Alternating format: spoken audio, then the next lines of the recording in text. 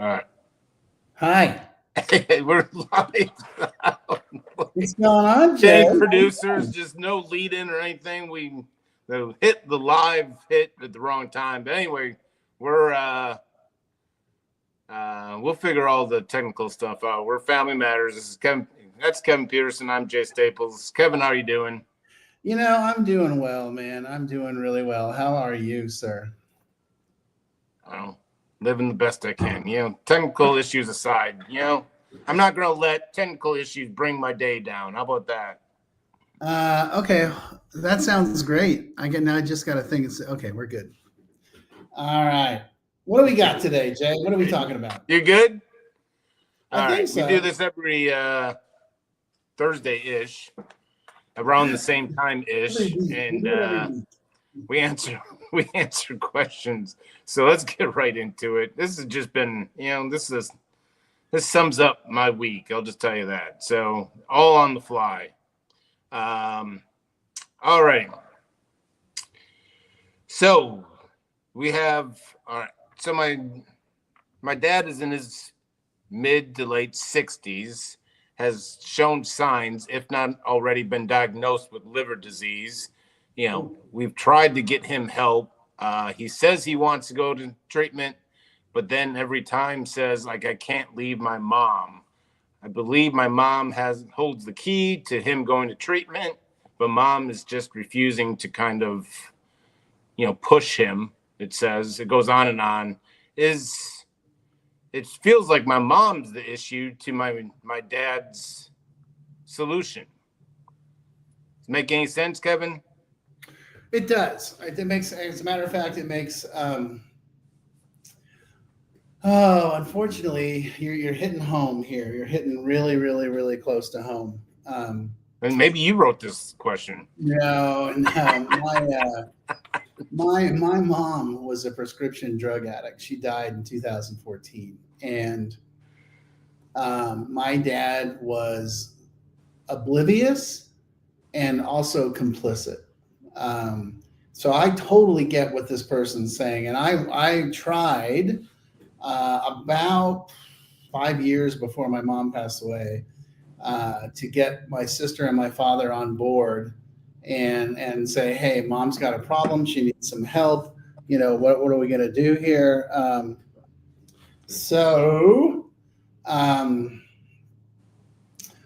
I got shut down. I mean, this is very much the same thing. Dad was the key to mom, and dad was not interested. And it just was like, it was because it was feeding his codependent environment.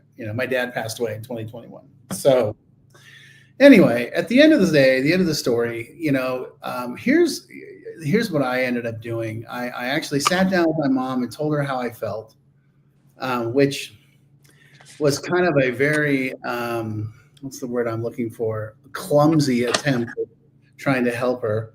I ended up making amends for that eventually.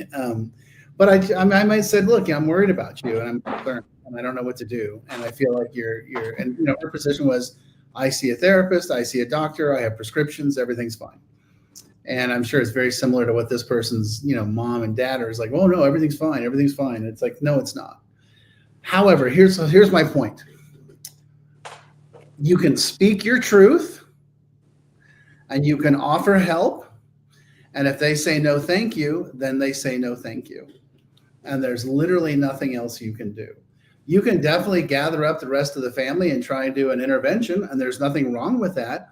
Looking back on it, had I had other members of the family that were on board, I would have done that, but I didn't. It was just me. And then my mom, my sister was like, I don't know why you're bothering. They're not going to listen. They're going to get mad. And they're just going to tell you to shut up. That's exactly what happened.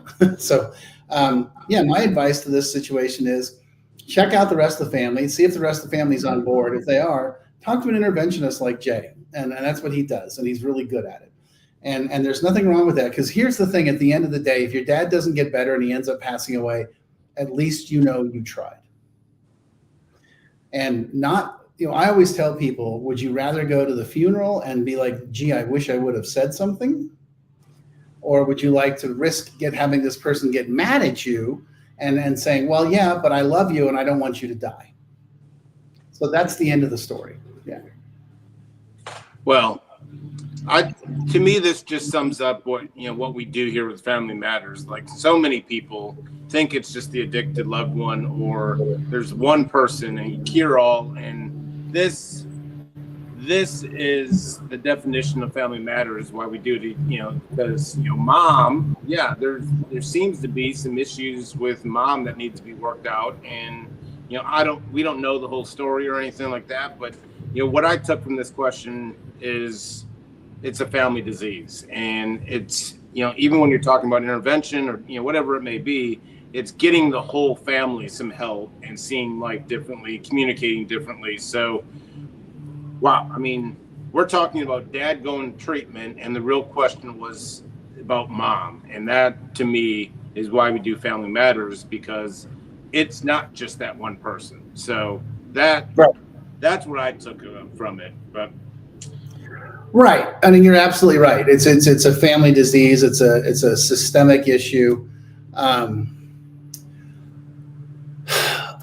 this is one of those moments where sure, by all means, you definitely want to speak up to it, but you also have to be willing to accept the fact that they may say no, and there's not much you can do about it. Yeah. So, and no anyway. isn't the end solution. I mean, so the family can react differently to a no, and family can get stronger after a no, which I always remind people. Yeah. So. Yeah. No, absolutely. What else you got? What is it? So I've heard it several times that relapse may just be part of the process.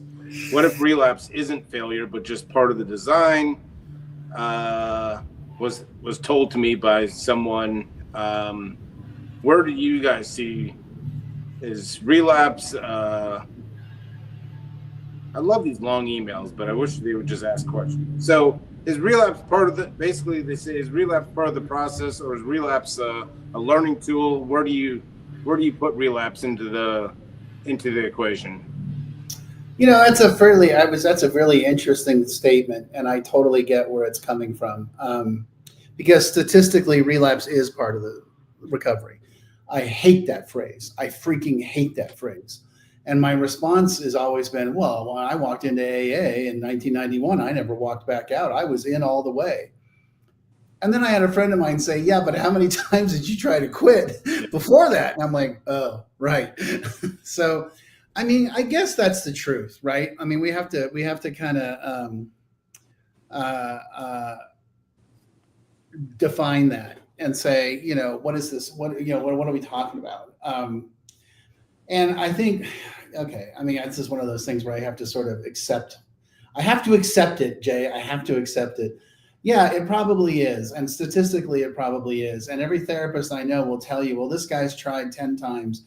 And the truth of the matter is, you and I live in this business, and I work at a really great treatment center here in Colorado. And I mean, every single guy in here, except maybe one or two, has had multiple episodes. So I guess the truth is, relapse is part of recovery. But I don't think that means you give up hope. And I think you continue. And the solution, I think, is understanding that,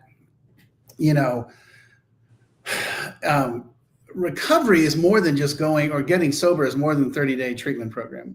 It's going to treatment for 30, 60, 90, or 6 months or a year, whatever you can get your hands on. And then, going home and going to IOP and going to meetings. We had a couple guys leave Jaywalker recently, at their time. And I get it. They couldn't do our extended program, and I completely understand why in their situation. I said, here's the thing, and I want to be really clear with you. Within the first 24 hours of when you land where you're going, you have to go to an AA meeting. And by the way, here's a friend of mine in your town. He's waiting to hear from you. And they were like, oh, okay. I said, here's why. The odds and the statistics are that if somebody gets out of treatment or out of incarceration and within the first 24 hours goes to an AA meeting, they have like a 75% better chance of making it to a year. They just do, because they're plugging into the community. So while I will eat the concept of saying, yes, relapse is part of recovery, I also think the concept, the other idea that we have to look at is, but how do we defeat that? You know, and how we defeat that is by, you know, having a path, having a clear path of recovery that includes resources and a community that you tie into immediately. And that's where the solution is. So there you go. You stepped on my buttons there, buddy. You're doing a good job today. Well, I wish it was me, but no, I mean, maybe it's just because I've had some incredible family calls, or just, I say incredible by being nice, but I mean, I think when I hear the word relapse and I go to, you know, when people say no to an intervention, or people say no to treatment, or, you know, the addicted individual just says no or runs off, or, you know, whatever. Yeah. The family, you know, simplest terms, family's recovery doesn't hinge on addicted loved ones' willingness. And so I think that's where families struggle the most, is they think that here's how I will act if he says yes to treatment, and then here's how I'll act or behave, or, you know, the boundaries I'll put in if he refuses or anything. It should all be one recovery plan, because if they say no, he'll always circle back and want to get help. You guys will be a healthier unit once he wants to accept help, and so forth. So I think the family, whether you would talk relapse or saying no, whatever it may be, the family can do their own recovery, and it has nothing to do with the addicted loved one. Yep. So absolutely. Good point. Sorry, I was focusing on the addict. So just because that cycle is occurring doesn't mean the family disengages or gives up. And again, the best thing the family can do, they always ask me, what's the one thing I can do to help my person? I'm like, get into your own recovery. You got to change. If you change your behavior and change the family system behavior, you're going to have a much better chance of changing the individual. And so that's the big piece there. Yeah. Oh, my favorite. I'm not expecting. I'm not really expecting an answer, but I just need to ask. We've spent thousands upon thousands upon thousands on treatment, and it's not working. Kevin,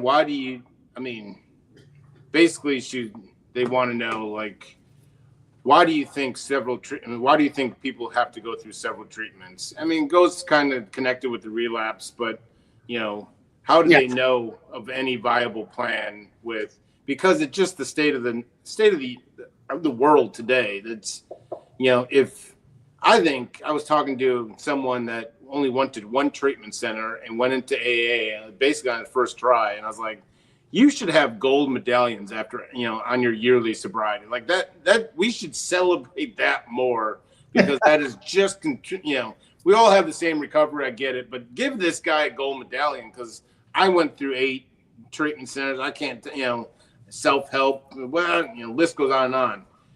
It just seems like, and I get the family phone calls, like, you could blow me off a chair if someone says, like, hey, my son has never been to treatment, you know, whatever it may be. It just seems like families are going many, many treatments.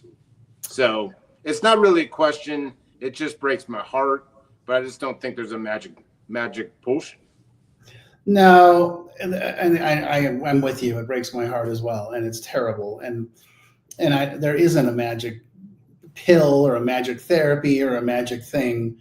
You know, and we're kind of getting back to the same thing that the theme of this conversation has been, is that if the family system changes, if the family gets healthy, if they take better care of themselves, et cetera, et cetera, et cetera, that's what's going to have the biggest impact on the individual and on the system.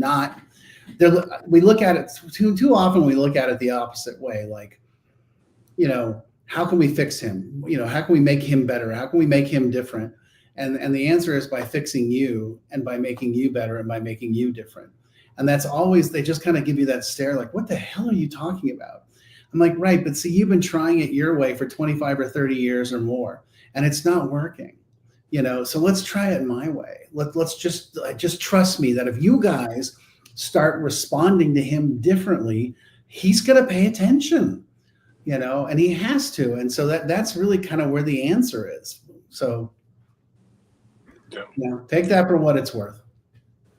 We'll do one more, which is, all we have is one more. So that's good. Well, my daughter's mental health is unstable and she refuses medication. How do we help without pushing her away?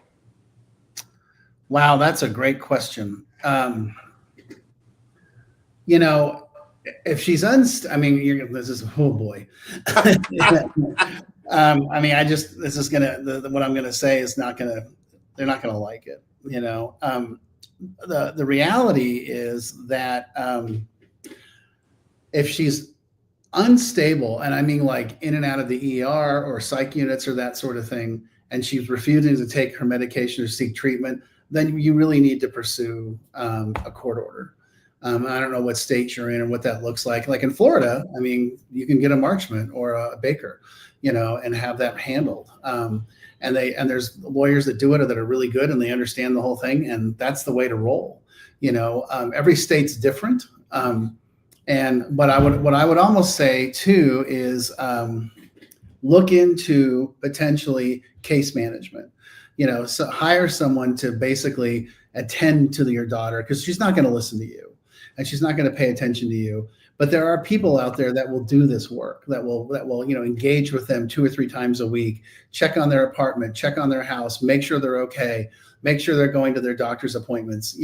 That's not a job. If you can afford it, great.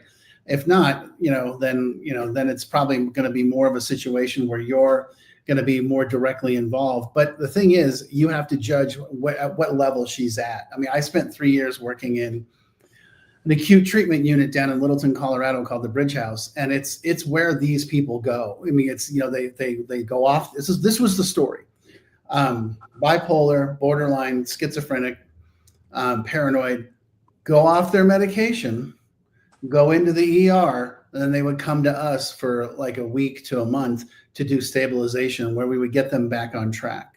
And it happens all the time. And sometimes you just have to get legal, because if you don't, they're going to die. And that's what we really have to look at, is that we don't want them to die. So this is what we're going to do.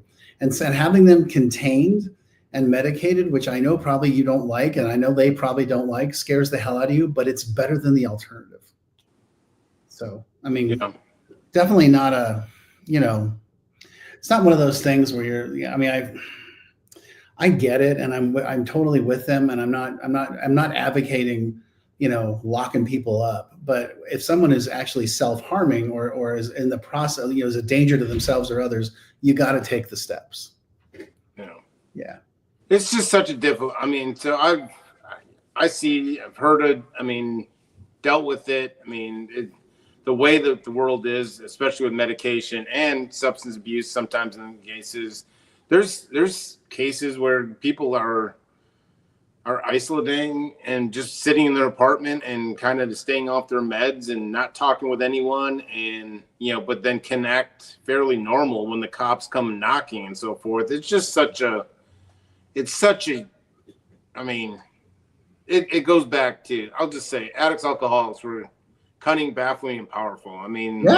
We can be whatever we want to be when that cop or whoever knocks on the door, and it's families. And wow, I just, we're going to, I think we'll always have, this show can live on, I think, for as long as we want it, because these issues are certainly not going away, and it's just more and more heartbreaking. But, when you're dealing with mental health, better than anyone.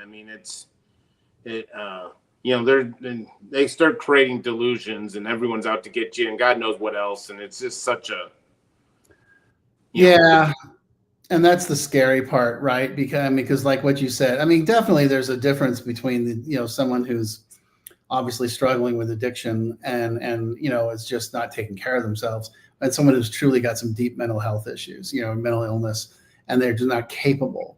And so, but even either way, now if you're talking about somebody that's choosing not to and that's capable, then it's time to have that intervention. We're back to talking to Jay, and just sitting them down and say, we love you, but we don't want you to die. and we need you to get it together. And Yeah. so I don't know. We don't know the situations. Keep the questions coming, and it's Yeah. helping more and more in, whatever it may be. So it's not, even if you heard the question before, if you're watching a replay, but families, there's no instruction manual. And so if we can educate families, I think we need to educate families better, but just in general, like families kind of have this thought that they're not allowed to ask questions, or they think they need to know all the answers, and it couldn't be further from the truth. And family recovery is real. And, you always heard it. Yep. It hasn't been since, you and I started talking and doing the show that it's really coming to the forefront. I mean, how much, family recovery can change. It can alter success rates drastically. And that's all I will say. I mean, yep. It's just, and it all lines up. I didn't realize at the time, but when my family and started switching, like I went through numerous treatment centers, and so I was the story of pretty much all the questions we had today, and a lot of it stemmed from how my family started talking differently, and that in itself led me to say, all right, enough's enough. So you never know when that click's going to happen either. So now, same with me, same story. When the family circled the wagons and said, "We love you, but we're done." Well, all righty, Kevin, you clock out. I'll talk to your bosses and make sure you have the rest of it, because you brought it today. So whatever you need, if you need me to send a note, you just let me know. Like you clock out and you go home. I will. Thank you. I appreciate it. If only I could, baby. If only I could. All right. Talk to you later.